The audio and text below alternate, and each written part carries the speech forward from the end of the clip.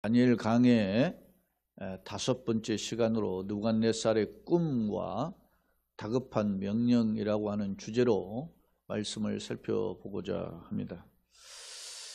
자, 서론을 함께 읽도록 하겠습니다. 다니엘 1장이 다니엘과 세 친구가 바벨론 왕에게 발탁되는 과정을 신앙과 연관시켜서 묘사했다면 우리가 살펴보았죠.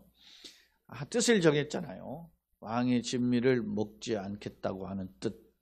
왜 그렇습니까? 우상에 숭배한 제물이었기 때문에 그 제물을 먹는 순간 그 제사에 동참하는, 우상 숭배에 동참하는 것으로 되기 때문에 뜻을 정해서 우리는 먹지 않겠습니다. 그러나 왕의 다급한 명령이죠. 먹지 않아가지고 초취하게 되면 그 소위 포로에서 선발된 사람들을 양육하는 환관장이 책임을 묻고 목이 달아날 상황입니다. 그러니까 그 환관장 입장에서는 반드시 그들을 좋은 식사로서 양육을 해야만 되는 거죠. 그런데 열흘 동안 시험하고 테스트해본 결과 어떻게 합니까? 다른 소년들보다 더 윤택해졌습니다. 그래서 그러면 니들이 하는 대로 허용해 주었고 그 외적인 모습만이 아니라 3년 동안 훈련을 받은 과정을 지켜보니까 그들의 학문과 지식이 지혜가 다른 사람들보다 더 뛰어났고 특히 바벨론의 술객, 술사, 박수보다 더 뛰어났다라고 했고 그중에 다니엘의 경우는 꿈을 해석하는 능력이 더 있었음을 알 수 있어요. 그래서 그들이 왕 앞에 서게 되었다라고 성경은 기록하고 있어요. 이게 무엇입니까?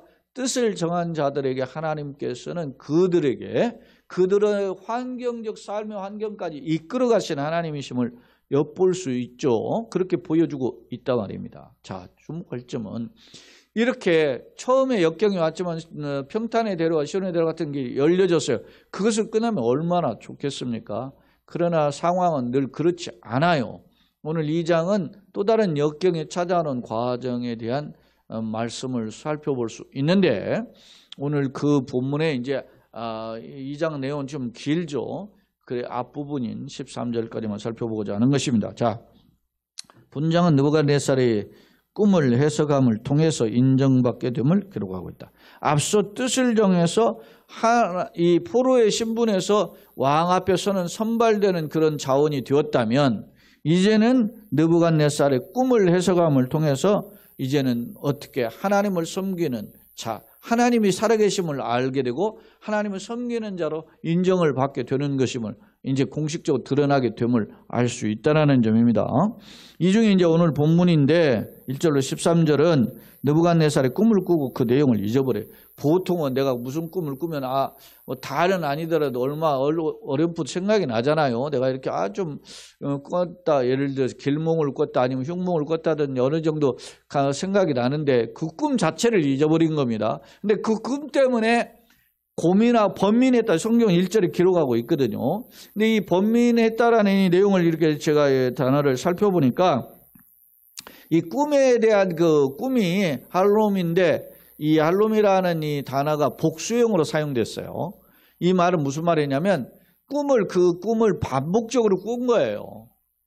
한 번만 꾼 게 아니고 반복적으로. 그러니까 그 꿈 때문에 이제 깜짝 놀라면서 밤새 이제 잠을 설쳤는데 문제는 꿈을 꾸고 그날 밤을 잠자리에서 일어나고 보니까 꿈이 싹 사라져 버린 거예요.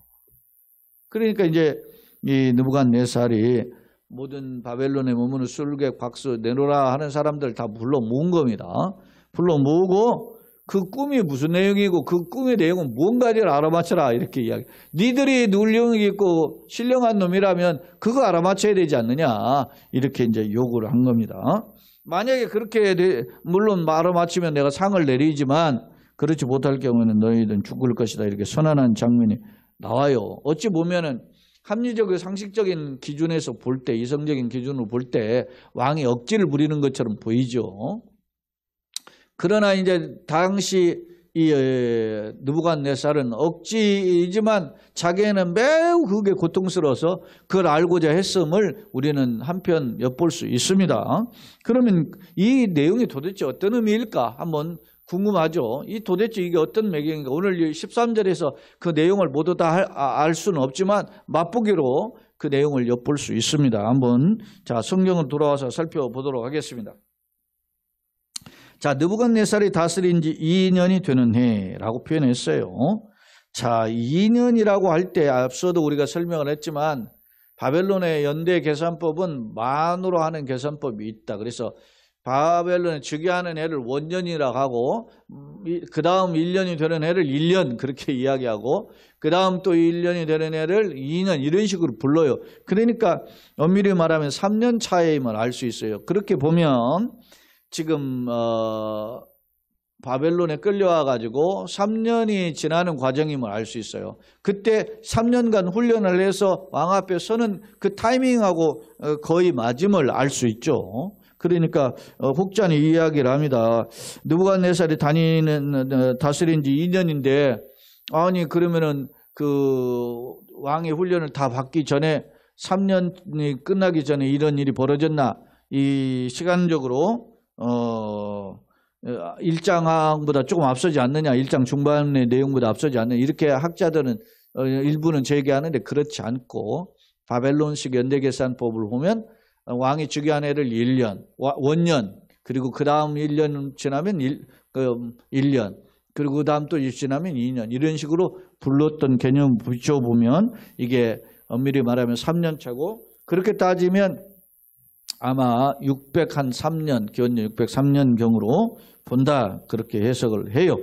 자, 느부갓네살 다스린 지 2년이 되는 해에 느부갓네살이 꿈을 꾸고 그로 말미암아 마음이 번민했다. 꿈을 꿨다라 할 때 아까 꿈은 할lum인데 복수형으로 사용해서 반복적으로 꿨다라는 거예요. 그로 인해서 마음이 번민했다라고 하는 매우 심각하게 지금 고민하고 있었음을 엿볼 수 있습니다. 이제 그래서 왕이 그의 꿈을 자기에게 알려주도록 박수, 술객, 점갱이, 갈대아, 술사를 다 부르는 겁니다. 지금 이제 박수, 술객, 점쟁이, 술사 이 단어들이 조금씩 다른데 내용은 거의 대동소이해요. 자, 이제 그 예를 들어서 박수라고 하는 가지리는 점성가 그런 의미로 번역이 되기도 하고, 술객이라고 하는 아사프는 지식 관료를 가리키기도 하고, 점쟁이로 번역되는 메카슈핌은 마술사로 번역이 되고, 술사로 번역된 카시딤은 어떤 종교적인 성직 계급을 가리키는 표현으로 이런 단어들. 그러니까 각각 단어는 다르지만 거의 이제 학문을 배우고 그것도 종교적으로 성직에 봉사하는 그러한 사람들을 통칭하는 의미에서 뭐 박수, 술사, 점쟁이, 술객 뭐 이런 단어로 사용했음을 엿볼 수 있습니다. 그런데 이들은 이런 그 어떤 신의 계시를 전달하는 자하고 해석하는 자들이잖아요. 그렇기 때문에 당시에 어떤 지도자 레벨이 있었어요. 항상. 왜 그러냐면 고대근동, 제가 이제 우리 세 번째 화면에서도 설명하겠지만 고대근동에서는 왕의 통치가 어떤 제예요? 신정 정치잖아요. 신정 군주론이라면 신정국가란 말입니다. 이 신이 세운 국가인데 그 신의 대리자로 누가 있는 거예요? 왕이 있다라는 거예요. 그래서 소위 왕은 신의 대리자 이런 의미가 많죠. 고대 근동은 대부분 그랬어요. 그런 의미에서 절대 어떤 봉건주의적인 사고가 신의 대리자로서 통치했음을 엿볼 수 있는데, 그러면 신의 뜻을 전달해주고 해석해주고 하는 사람이 필요할 거 아닙니까? 그런 사람들이 바로 이런 박수나 술객, 점쟁이들임을 알 수 있어요. 그런 사람들이니까 굉장히 큰 영향력이 있고, 그리고 또 그에 따른 지위와 권력이 있고 부와 명예와 따라가니까 힘이 있는 그런 사람들임을 알 수 있습니다. 자, 이런 부유층 그룹, 지도층 그룹인데 그들을 이제 불러 모았어요. 그래 불러 모으니까 그들이 들어가서 왕 앞에 서니까 3절 왕이 그들에게 이르되 내가 꿈을 꾸고 그 꿈을 알고자 하여 마음이 번민하더라. 꿈을 꿨는데 그 꿈을 지금 싹 잊어버린 거야.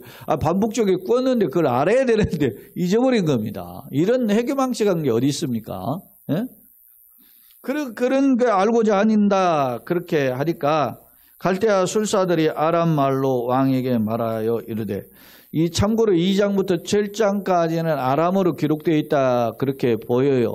그래서 보통 구약 성경 히브리어로 기록되어 있는데 이 다니엘 2장부터 7장까지는 아람어로 기록된 것으로 봅니다. 아람 말로 왕이여 만수무강하옵소서, 이건 소위 말하면 관용적 표현이에요. 우리가 만나면 평강이 있기를 원합니다. 지도자에게 인사할 때 그런 흔히 상례적인 인사말임을 알 수 있어요. 그렇게 하면서 왕께서 그 꿈을 우리 종들에게 이루시면 그 꿈을 내용을 어떻게 꾸셨다고 내용을 우리가 해석하겠습니다. 그렇게 대답하는 거예요. 우리에게가 해석하여 드리겠나이다 하는지라, 왕이 갈대아인들에게 모든 바벨론 사람들을 총칭하는 표현이 갈대아 지방 사람들이죠. 그 사람들이 이르되, 내가 명령을 내렸나니 너희가 만일 꿈과 그 꿈을 꾼 내용이죠. 그리고 꿈의 내용이 무슨 뜻이냐 그것을 해석학을 내게 알게 하지 않으면 너희 몸을 쪼갤 것이다. 쪼갠다라는 것은 아주 그냥 쪼개는 것은 아주 비극적 죽음이잖아요.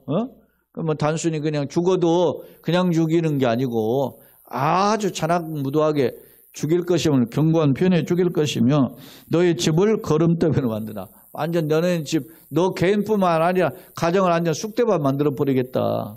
이런 겁니다. 이런 왕이 어디 있습니까? 악질도 이런 왕이 아주 포악한 왕이죠. 그런데 어떤 면에서 보면 이제 소위 말하면 앞뒤가 꽉 막힌 무지몽매한 왕인데, 그런데 이게 무식하면 용감하다고 말이죠. 잔악하다고. 그런 모습을 이 느부갓네살에서 벌써 전쟁의 영웅이긴 하지만 눈감 땡감하는 왕이라는 것임을 알 수 있어요. 자, 그런데 말이죠. 이게 어떤 면에서 보면 굉장한 패러독스의 역설이에요. 왜 그러냐면, 이렇게 했으니까 이 사람들이 모든 술객들을 모아서 물어봤는데도 해석을 못했은 꿈 자체를 모르니까. 예전에는 보통 어떻게 해요? 꿈의 내용을 이야기하면 그걸 해석이라 하잖아요. 그러니까 여러 해석이 나올 수 있는데 꿈 자체를 모르니까 꿈이 뭐요? 꿈 내용이 뭔지 설명할 수도 없는 거예요. 그러니까 이거는 이 술객들이 말하는 표현에서도 나타나요. 신의 영역이 있지 않으면 이걸 알 턱이 없다는 거죠. 자, 그러면 그렇게 하니까 그들이 6절에 자 보세요. 너희가 만일 꿈과 그 해석을 보이면 너희가 선물과 상과 큰 영광, 선물, 상, 큰 영광. 그러니까 너희가 받을 수 있는 최고의 영화를 누리게 되리지만 얻으리라. 그러나 그런 꿈을 그 꿈과 그 해석을 내게 보이라. 그렇게 해서 먼저 이렇게 당근을 제시하죠. 너희가 꿈 내용 알고 해석해 주면 내가 이렇게 최고로 삼을 것이다 라는 그런 어떤 당근을 제시해요. 그러나 뭐라고 합니까? 그들이 다시 대답하여 이르되, 원하건대 왕은 그 꿈을 종들에게 이루소서. 그리하시면 우리가 해석하여 드리겠나이다. 그러면 도대체 어떤 꿈인지 나도 알아야 될 거 아닙니까? 그것을 지금 묻는 겁니다. 그러자 왕이 대답하여 이르되, 내가 분명히 아노라. 너놈들 말이 간파했다라는 겁니다. 뭘 안다는 겁니까? 너희가 나의 명령을 내렸음을 보았으므로 시간을 지연하려 합니다. 내가 해석 못하는 놈들은 죽임을 당하는 건 물론이고 집안도 거름더미가 되는 쑥대밭 만들어버리겠다 하니까 이놈들이 살자고 소위 말하면은 그 사는 시간을 벌려고 하는 그런 수작에 불과하다. 이게 지금 이렇게 느부갓네살은 해석을 하고 접근하고 있어요. 아미로다. 그러면서 너희가 만일 9절 만일 이 꿈을 내게 알게 하지 아니하면 너희를 처치할 법이 오직 하나다. 처치할 법이 오직 하나이니 이는 너희가 거짓말과 망령된 말을 내 앞에서 꾸며 말하여 때가 변하기를 기다리려 합니다. 상황만 모면하려고 하는 놈이다. 니놈들 다 가짜야. 이제분이 다 말이지 사기꾼 놈들이야. 이런 식으로 지금 왕이 몰아가죠. 그러는 겁니다. 그게 아주 그냥 소위 말하면 코지고 답답하고 앞을 보지 못하는 왕 일자 난 놓고 기억자 모르고 말이지 일자무식인 거예요, 완전. 예? 막무가내예요. 이런 포악한 폭군이 어디 있습니까? 예, 잘못 걸려도 단단히 잘못 걸렸고, 이제는 뭐 어떻게 해요? 소위 사면초가와 같이 말이지. 지금 목전에 칼이 지금 놓여져 있는 상황, 매우 위태한 상황임을 엿볼 수 있습니다. 그러면서 이제 그 꿈을 내게 알게 하라. 그리하면 너희가 그 해석도 보일 줄 내가 알리라. 야, 해석을 하는 놈이 꿈의 내용도 알아맞혀야 진짜 아니냐 이 말이에요, 한마디로. 그러니까 지금 갈대아인의 술사들이 너무나 답답하죠. 그들이 10절에 이런 말을 다시 왕에게 합니다. 갈대아인들이 왕 앞에 대답하여 이르되 세상에는 왕의 그 일을 보일 자가 한 사람도 없습니다. 예? 아니 그걸 어떻게 알아맞춥니까? 물론 미로 짐작해가지고 어렴풋 추상해가지고 그렇게 무슨 할 수는 있겠지만 그거를 그 내용을 똑 집어가지고 그 정확하게 꿈의 내용을 이야기하고 그리고 꿈의 해석을 할 수 있는 사람 아무도 없다는 거예요. 한 사람도 없으므로 어떤 크고 권력 있는 왕이라도 이런 것으로 박수에게나 박수 지금 앞서 점쟁이나 마술사 이런 각종 첨성에 관련된 자나 이런 당시의 학문이나 최고의 학문자들을 가리키는 사람들이에요. 지금 박수에게나 술객에게나 갈대아인들에게 물은 자가 없나이다. 이제까지 역대 왕 중에 그런 해괴망측한 질문으로 물어본 사람이 없다는 거예요. 어느 정도 문제를 주고 답을 맞춰야지 문제도 안 주고 답을 맞추라고 말이 안 된단 말이죠. 이러한 지금 소위 맞죠? 이게 상식적인 답변이죠. 합리적인 답변입니다. 그러나 왕은 어떻게 해요? 11절 보세요. 왕의 이제 술객들의 거듭된 변함이 왕께서 물으신 것은 어려운 일이다. 답변하기 어려운 일이죠. 육체와 함께 살지 아니하는 신들 외에나. 예? 그러니까 영이 존재하는 신들이란 말이에요. 영만 가지고 있는.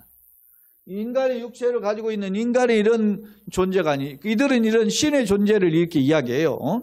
신들 외에는 왕 앞에 그것을 보일 자가 없나이다. 신이 아니고는 왕의 그것을 내용도 알고 해석할 자가 있는 자 아무도 없다는 겁니다. 근데 여러분요, 하나님 외에는 신이 없죠. 나머지 다 가짜죠. 그러니까 이거를 역으로 보면 누구만 해석할 수 있다는 거예요. 하나님만 하실 수 있다는 거죠. 여러분 보세요. 하나님 외에 다른 신이 있습니까? 내 앞에 다른 신을 내게 두지 말라. 다 우상이잖아요. 근데 이 마술사, 술객, 점성가들이 하는 표현은 이구동성으로 무슨 말입니까? 진짜 참신만 알 수 있는 거라는 거 아닙니까, 이게. 근데 참신이 누구만 있어요? 하나님밖에 없죠. 그러니까 이게 역설이라고 했잖아요. 제가 패러독스예요. 왜냐? 이건 진짜 신만이 알 수 있는 영역이에요. 근데 진짜 신이 누굽니까? 자, 그러면 이제 신의 개념을 우리가 한번 점검해 볼 필요가 있어요. 고대 근동의 신의 개념은 어떠냐?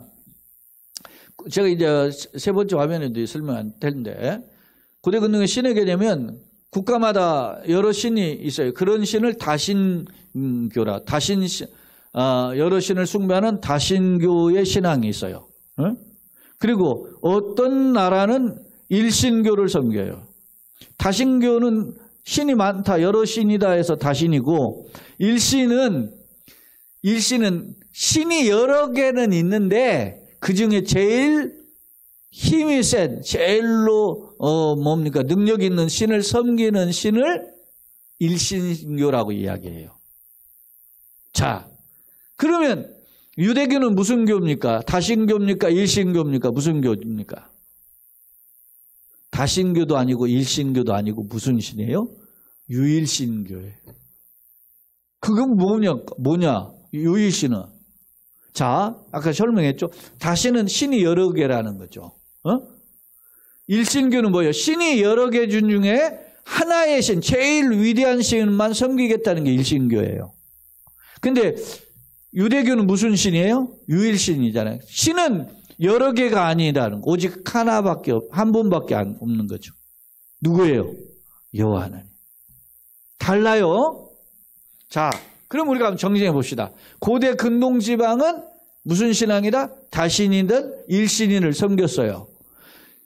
이스라엘이 가나안 땅에 들어오니까 누가 가나안 백성들이 뭘 섬겨요? 우상 숭배하죠. 여러 신들이 있죠. 다신 숭배해야 한단 말입니다. 그 중에서 이 가나안 사람들이 제일 많이 섬기는 신이 뭡니까? 알라를 섬기는 거죠. 엘이라고 하는. 그 중에 제일 세다는 거죠, 엘이. 네? 그런 걸 섬기는 거예요. 지금 아마 그런 영향이 이슬람의 알라와 같은, 그래서 이슬람은 그 신을 또 뭐 유일신으로 이제 섬긴다 이렇게 이야기하는데, 우리는 진정한 하나님이 뭐냐? 유일신이라는 거죠. 그 신앙임. 그 개념은 이제 세 번째 화면에 설명하겠습니다. 자, 일단 11절까지 보았어요.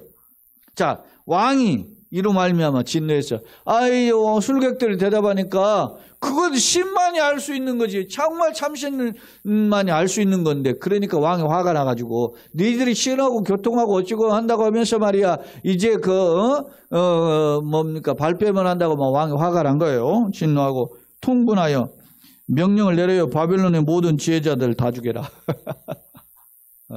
왕 앞에 그동안 말이지, 내 옆에서 말이지, 잘난 체하고 학문 많이 하는 척 아는 체하고 뭐 이거 해석하고 얻은 놈들 다 거짓말장이구나 하고 사람 말이지, 다 죽여라 이렇게 명령을 내렸어요. 문제는 그 대상에 누구도 있는 겁니까?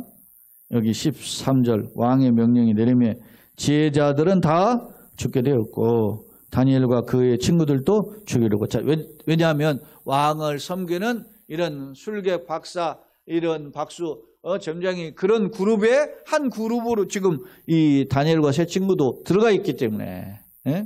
왜냐하면 책사로서 임명을 받았잖아요. 그렇기 때문에 왕 앞에 서 있는 사람들 중에 한 사람이었기 때문에 이들도 이제 죽이려고 잘했다는 거예요.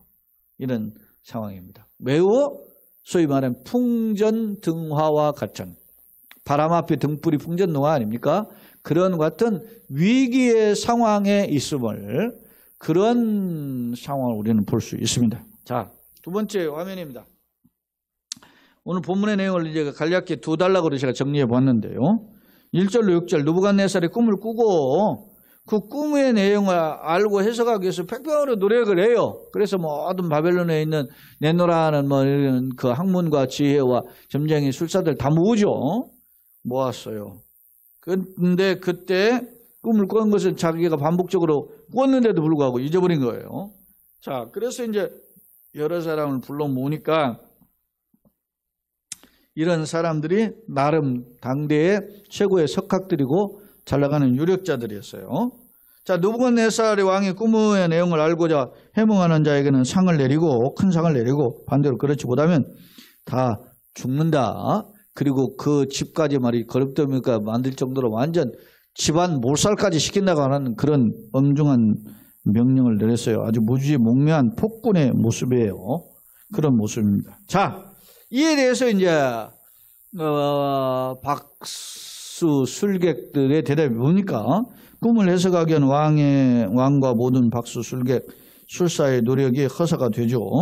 그리고 왕 느부갓네살은 술사들이 죽음을 모면하기 위해서 장결을 부린다고 막 계속 지금 겁박하다가 이제 안 되니까 막 다 죽여버라 이렇게 이야기가 나왔죠.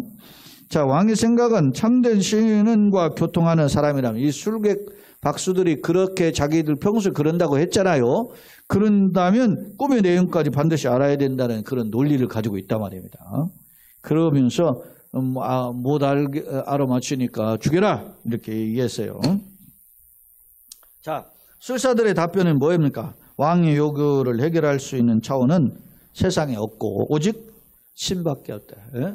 없습니다. 그렇게 하니까 육체와 함께 살지 않은 신들, 다시 말하면 미약한 인간의 대조적인 초월적인 존재만 알 수 있는 그런 겁니다. 왜냐? 여러분 우리가 기억하시죠? 하나님 우리의 마음을 어떻게 심장과 폐부를 예레미야 17장에 살펴봤잖아요. 우리가요. 심장과 폐부를 감찰하시는 분입니다. 우리를. 우리의 마음 속에 구하기 전에 있어야 할 것을 아신다고 하잖아요. 그런 하나님.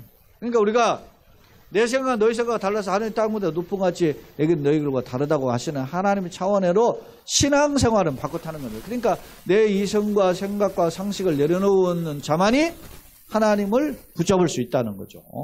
그것을 우리에게 성경은 교훈해주고 있어요. 자, 그러면 이제 세 번째 화면으로 좀 더 설명을 해보겠습니다. 오늘 본문에서 강조하고자 하는 내용이 이 부분이에요. 자, 느부갓네살의 꿈을 통한 교훈입니다. 고대 근동은 어떻게 기륭화법을 쳤느냐? 기륭을 판단하고 미래를 예언하는 용도로 각종 점술을 사용했어요. 점술은 여러 가지를 내포하는 표현이 점술이에요. 그 점술에는 어떤 게 있느냐?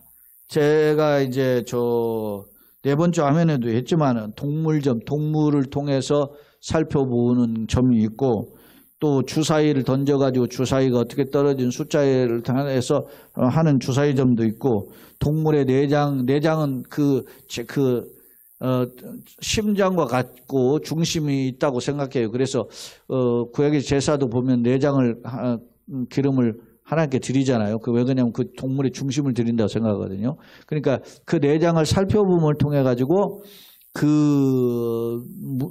어떤 문제를 해석하고 판단을 했어요. 그걸 내장점이다 이렇게 이야기해요. 구름이 모양이 어떻게 되는 걸 통해서 그리고 물 위에다가 돌을 던져가지고 물 파장을 보면서 그것이 어떻게 번지는 그 형태를 보면서 해석도 했고, 또 연기가 불을 피워가지고 연기가 어떻게 흔들어 올라가는 걸 보면서 하고, 새가 날아가는 모양을 통해서 새점도 치고, 이런 점들이 있어요. 고대 근동의 이 점 치는 방법들이. 그런 점을 통해서 흉화 복을, 길한 것과 흉한 것과 화와 복을 점쳤단 말입니다. 그래서 이게 신의 뜻입니다. 이렇게 해서 판단하고 미래를 예언하고 예측하고 해석을 했는데, 특히 인간의 이제 꿈은 덧붙여서 이런 여러 점술뿐만 아니라 그 점술에는 무엇도 있냐면 꿈의夢도 있단 말입니다. 여러분, 꿈의夢의 달인이 누굽니까? 우리로 지금 성경에서 따져보면 성경 요셉이 나오잖아요. 그리고 지금 다니엘이 나오죠. 근데 이 꿈의 해명은 지금 오늘날에도 있어요. 오늘날에도. 꿈의 해석을. 실제로 지금 아니지만 2000년 전에 네로 시절에 네로 시절에 로마 사회에서도, 로마가 엘리트 사회들을 학문을 많이 한 사회잖아요. 그런데요, 꿈을 똑같이 꾼 사람이 두 사람이 나와서 증언을 하면 그 말을 믿고 따라갔다니까요. 로마 시대. 그런 거죠. 어느 날 누가 무슨 이런 거죠. 이제 소위 클라우디우스라고 하는 황제가 있어요. 로마의 황제. 네로 바로 전 황제 클라우디우스죠. 클라우디우스의 네 번째 부인이 아그리피나가 네로의 어머니죠. 근데 아그리피나 네 번째 부인인데, 네 번째 부인 이전에 세 번째 부인이 메살리나라고 하는 게 있어요. 이 여인이 아주 난잡한 여인이에요. 근데 이제 사람들을 영무로 몰아가지고 죽이고 처형하는 일들을 어떻게 했냐면, 그 중에 하나가 생각났어요. 언뜻 생각나니까 나오는데, 누군가 영무를 꿈꿨습니다. 그렇게 하고 한 원로원을 하나 죽이거든요. 근데 그걸 꿈을 가지고 처형한다는 것이 모순되잖아요. 허황되잖아요. 근데 희한해. 나도 그 꿈을 꿨다고 한 사람이 또 나타나는 거야. 그러니까 이거 봐라. 그렇다 하고 네가 영무 꿈꿨지 하고서 죽여요. 그러니까 이게 고대 근동이나 역사 속에서 보면 꿈이 굉장히 영향력을 주고 있었다는 겁니다. 그런 걸 볼 때 인간의 차원을 뛰어넘는 신의 뜻을 전달하는 수단으로 활용되었다. 그런 뜻이죠. 두 번째, 그러면 느부갓네살도 그런 꿈을 꾼 거예요. 왕이 꿈을 꿨는데 문제는 크게 번민할 정도로 꿈을 꾸었지만 그 내용을 잊어버렸어요. 이는 왕이 어때요? 자기는 보통 신의 대리자라고 생각하잖아요. 고대 왕들은. 앞서 왕권 신수설, 왕권이 신으로부터 왔었다. 그 다음에 절대 신성을 강조하잖아요. 그런 그 왕권이 무슨 꿈을 꿨는지를 모른다? 그게 아이러니잖아요. 모순이잖아요. 자기는 왕으로부터 신으로부터 권력을 받았는데 꿈을 꿨는데 신으로부터 주신 계시가 뭔지 모른다? 그럼 모순이 될 수 있단 말입니다. 그런 절대 권력자이면 신의 대리자로 자처했지만 그러나 자신의 꿈의 내용이 무엇인지도 모르고 또한 그걸 해석하지도 못하는 무능한 자야. 바벨론의 세계 최강의 제국의 왕이었지만 그는 별 볼 일 없는 유한한 존재다라는 것을 역설적으로 대변해 주고 있어요. 그러면 우리는 신하고 교통합니다라고 왕의 책사들을 하고 있는 사람들이 있죠. 그 사람들이 술사들이죠. 술사들의 무능함 봅시다. 당대 최고의 학문과 지혜를 가졌으며 신과 교통하는 것처럼 자부했지만 꿈을 해석하지도 못하는 무지한 자에 불과한 것을 역설적으로 보여주는 거예요. 이런 상황에서 누가 등장해? 이제 다음 시간에 우리가 살펴볼 다니엘이 등장하게 되는 것이죠. 다니엘이 처음부터 내가 이 꿈 바로 맞춥니다 이렇게 하지 않아요. 그 꿈은 해석은 하나님께 달려 있습니다. 이걸 전제에 이야기하고 이제 말미를 얻었다가 이제 꿈을 해석하게 되거든요. 그 내용을 보면. 그러니까 다니엘도 지혜롭지만 실제 그런 위기의 상황에서 다니엘은 어떻게 해요? 자기 인생에 주판을 두개서 머리에 두뇌를 두개 가지고 그걸 가지고 해석하려고 하지 않았어요. 하나님께 묻고 그 뜻을 구한 거예요. 사랑하는 여러분, 우리가 앞서가시고 동행하신 주님께서 우리 인생길 지금까지도 인도하셨어요. 때로는 내가 열심히 노력한 것처럼 해서 결과가 얻어진 것처럼 보이질지라도 그러나 하나님 은혜로 감사하시고 내 그 걸음이 주님의 앞에서 결정된다는 거 기억하시고 일을 행하시는 여호와 그것을 성취하시는 여호와 하나님의 능력에 붙들려서 우리가 때로는 생각하고 판단하고 결정하고 그 가운데 또 걸어가는 그런 걸음이 되기를 소원합니다. 보면 그걸 알 수 있어요. 그러니까 이들 또 꿈을 신과 교통하는 존재로 자처하고 그렇게 많은 대접하고 대접받고 훈련만 했지만 별 볼 일 없는 존재였다. 이런 자들도 술객들도 드러났어요. 교훈입니다. 생명과 지혜의 근원은 누구나 왕이냐 술사 등 인간이 아니라 누구다? 하나님께 달려있다. 왜냐 술사 입으로 하잖아요. 이건 신만 아는 영역이다 이렇게 이야기하잖아요. 그걸 보여줘요. 결론입니다. 고대 근동의 국가들은 다신교, 신은 여럿이 있다라고 하는 게 다신교예요. 일신교는 신은 여럿이 있는 중에 그 중에 제일 센 신을 섬기는 게 일신교예요. 그런 일신교였어요. 그리고 신정정치, 왕이 통치를 하지만 신의 대제라서 통치하는 게 신정정치로 체제로 이루어져 있었다. 또한 이들은 기륭을 판단하고 미래를 예언하는 용도로 점술, 동물점이나 주사위점이나 내장점이나 구름점, 물결점, 연기점 이런 점들을 사용하는 이제 술사들을 채택해가지고 그걸 알아서 사용했는데 거기에 또 뭐가 있어요? 대표적인 꿈 해몽도 있었어요. 주목점은 꿈을 해몽할 때 보통의 꿈의 내용을 설명하면 꿈 내용을 이렇게 말하면 그걸 이런 뜻입니다라고 해석하는 것이 보통의 일반적인 해석법이에요. 꿈 해몽법이에요. 하지만 오늘 본문에서는 누부갓네살은 꿈 자체를 잊어버린 거예요. 꿈 자체를 잊어버리고 그거 가지고 반복해서 꿨지만 자체를 잃어버리고 번민하고 있는 거예요. 끄져버리고 박수와 술객, 점쟁이와 술사들을 부른 후에 내용과 해석을 해라. 내용을 알아맞추고 그것을 해석하라고 종용을 한다는 거예요. 하지 못하면 어떻게 해요? 죽고 가문이 쑥대밭 된다. 이렇게 지금 이야기하죠. 이런 당시 사회가 꿈을 영적인 계시로 받았음을 볼 때 절대 권력을 가진 왕이라도 유한하고 연약한 존재 보여주고 술사들 해석 못하는 술사들도 마찬가지죠. 어떤 술사도 해석하지 못하면 오직 하나님만 참된 지혜의 주인이시다. 모든 걸 해결하는 주인이심을 보여요. 실제로 우리가 이게 이제 다니엘이 해석하는 내용은 이제 뭡니까? 18절에도 보면 하늘에 계신 하나님이 이 은밀한 일에 대하여 불쌍히 여기사 다니엘과 친구들이 바벨론의 다른 죄를 함께 죽임을 당하지 않게 하시기를 그들로 하여 구하게 아니라 그랬죠? 그렇게 하는 거예요. 그러니까 하나님께 달려있음을 알고 이 사람들은 하나님을 붙잡은 거죠. 다른 놈들은 자기네들 신들의 이름으로 아마 부르지 않았겠어요? 해결 안 되는 거예요. 그러나 오직 하나님만 해결해요. 여러분 뭘 이야기할까요 지금? 저 바벨론 땅에 포로로 끌려갔는데 저는 별 볼 일 없는 포로 중에 하나들이 뭐 알아봐요. 뭐겠어요. 자기네들이 권력이 있고 힘이 있고 학문도 높고 그렇게 자부심을 가졌는데 포로를 끌려왔던 놈 중에 그들이 저희 위대한 일들을 해석하고 알아맞힘을 통해서 참신이 누구라는 거? 하나님이라는 걸 깨닫게 하기 위해서 다니엘을 사용하시는 거죠. 그 내용은 이제 우리가 다음에 계속 이제 거듭해서 살펴보도록 하겠습니다. 자, 마지막입니다. 거짓 지식과 사상이 난무하는. 오늘날 얼마나 박사도 많고 잘난 사람이 얼마나 많습니까? 요즘 목사 설교 잘 안 들어요. 자기만 똑똑한 채 잘난 체 아는 놈들이 얼마나 많은지. 예? 공부도 잘해서 대학 나온 건 뭐 기본이고 뭐 대학원 박사들 얼마나 많아요. 그런 시대에 생명과 참치 주인이 누굽니까? 하나님이시다. 그러니까 내가 길이요 진리요 생명의 나를 마음속 아버지가 올 적 없지요.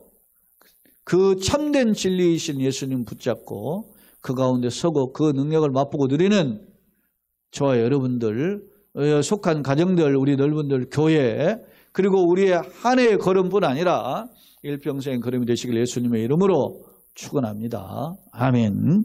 참